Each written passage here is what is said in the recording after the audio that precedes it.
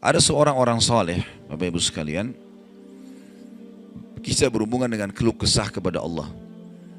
Orang miskin, anaknya 4-5 orang, susah hidupnya. Kisah dulu, kisah klasik. Dia lagi duduk, istrinya hidangkan makan, makan pas-pasan antara dia, istri sama anak-anaknya 5 ini. Orang miskin, susah hidupnya. Ada yang ketuk pintu malam-malam, begitu ketuk pintu dibuka, dia suruh istrinya buka. Buka, ternyata orang miskin yang lain minta makanan. Orang miskin yang lain minta makanan. Maka istrinya lihat ke suaminya, apa perintahnya nih? Suaminya bilang kasih aja.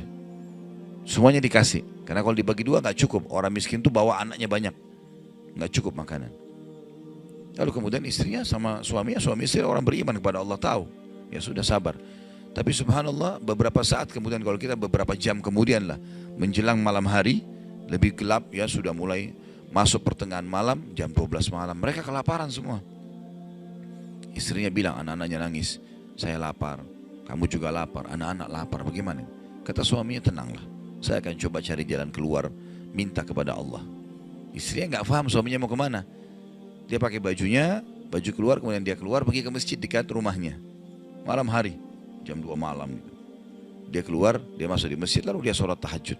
Dan ini sifat orang beriman. Berkeluh kesah sama Allah itu jangan cuma hal yang besar, dari hal yang kecil. Manja sama Allah itu baik. Ngeluh terus, minta terus sama Allah. Allah suka hambanya yang tamak dengan rahmat Allah. Tamak dengan rahmat Allah. Sudah sehat, minta ditambah kesehatan. Sudah kaya, minta ditambah kekayaan. Selalu minta tamak dengan rahmat Allah.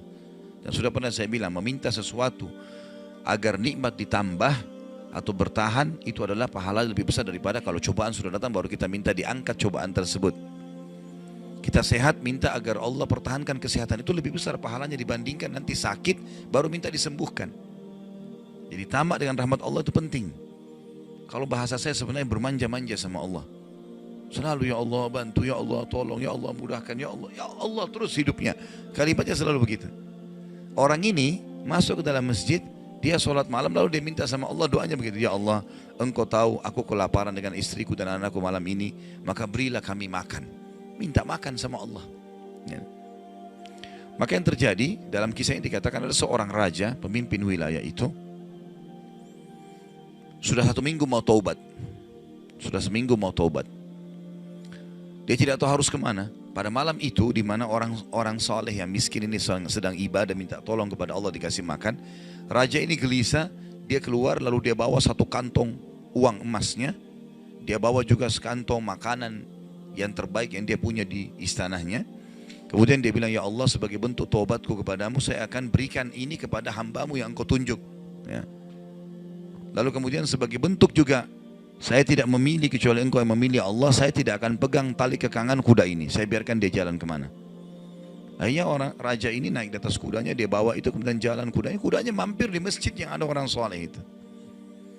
Dia bilang, saya tidak tahu kenapa kuda ini mampir di masjid, lalu saya turun, saya temukan dalam masjid, waktu zaman dulu nggak ada lampu, nggak ada penerangan, cuma dia dengar suara, gelap di masjid. Dia masuk, temukan ada orang ini lagi berkeluh kesah sama Allah, minta ya Allah saya sama istri saya kelaparan sama anak-anak, berilah kami makan gitu kan. Maka dia bilang, raja ini pun setelah orang itu berdoa sholat lalu dipanggil, dia bilang, saya seorang raja di sini, saya raja di sini, saya sadar bertobat kepada Allah dan saya dengar doamu, tadi kau minta makanan, maka ini saya kasih, ini harta saya yang saya niat sedekahkan dengan makanan, ambillah. Dan kalau kau punya masalah lagi, datang ke istana saya kapan saja. Kira-kira saya mau tanya Bapak Ibu sekalian, kita jujur menjawab. Kalau seandainya kita di posisi orang ini, kita sudah dapat solusi. Kalau kita sekarang mungkin ada orang kasih kartu nama, nih ya, butuh apa saja telepon saya. Misal presiden, tidak usah presiden terlalu tinggi lah. Misal seseorang kita temui orang kaya, ada masalah apa saya telepon ke saya akan bantu. Saya yakin umumnya orang meninggalkan Allah pada saat itu. Sudah selesai, dia pikir orang ini sudah bantu, sudah selesai. Tiap hari telepon orang itu, telepon dikasih bantuan. Perhatikan orang soleh ini apa yang dia bilang.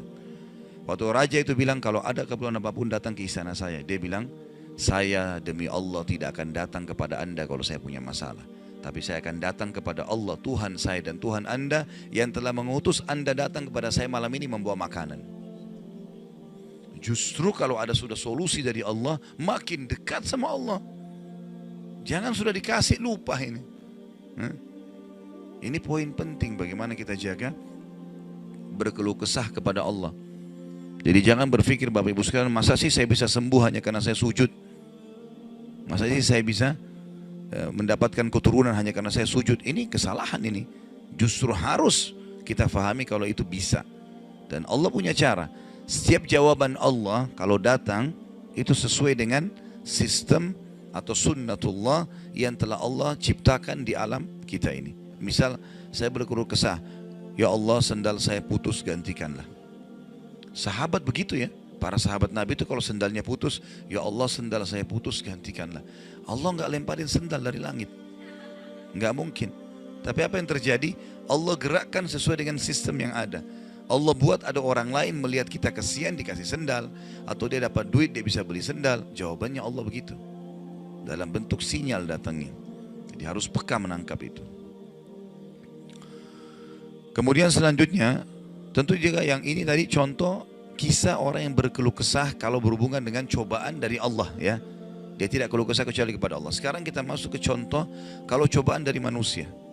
Tadi saya bilang orang digunjing, orang dihina, orang difitnah segala macam. Dia tidak balas kebodohan dengan kebodohan. Jangan pelanggaran dengan pelanggaran.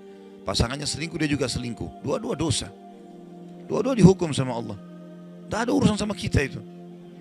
Tidak ada urusan sama kita. Ya. Maka kisahnya seperti misalnya Abdullah bin Abbas radhiyallahu anhu pernah lagi jalan dicaci maki oleh seseorang tanpa sebab ini. Datang tiba-tiba caci maki dia. Ibnu Abbas dengarin saja apa yang disampaikan orang itu. Sudah selesai kata Ibnu Abbas, sudah selesai. Dia bilang iya, orang ini kebetulan lihat Ibnu Abbas pakai jubah baru. Ini kamu itu mentang-mentang sahabat Nabi, kamu itu pakai jubah mahal-mahal segala macam. Hasud, orang hasud gitu. Tiba-tiba bayangin kalau kita lagi naik di mobil orang ketuk kaca. Kamu kenapa pakai mobil baru? Kamu kenapa? Apa urusannya sama orang ini gitu? Mungkin kita marah-marah sama orang ini. Ibnu Abbas diam, didengarin semua, sudah selesai. Karena tidak mungkin tergerak orang ini mengucapkan sesuatu kecuali memang ada sebabnya. Dia biarin, sudah selesai kamu sudah. Baik, dibuka jubahnya, ini ambil hadiah buat kamu. Sampai orang itu malu. Sudah caci maki dikasih hadiah lagi. Dan yang dia sorotin ini adalah jubahnya Ibnu Abbas. Sampai akhirnya menjadi muridnya Ibnu Abbas. Nah, bisa nggak kira-kira kalau orang ketuk kaca mobil, kenapa pakai mobil baru? Ambil deh mobilnya.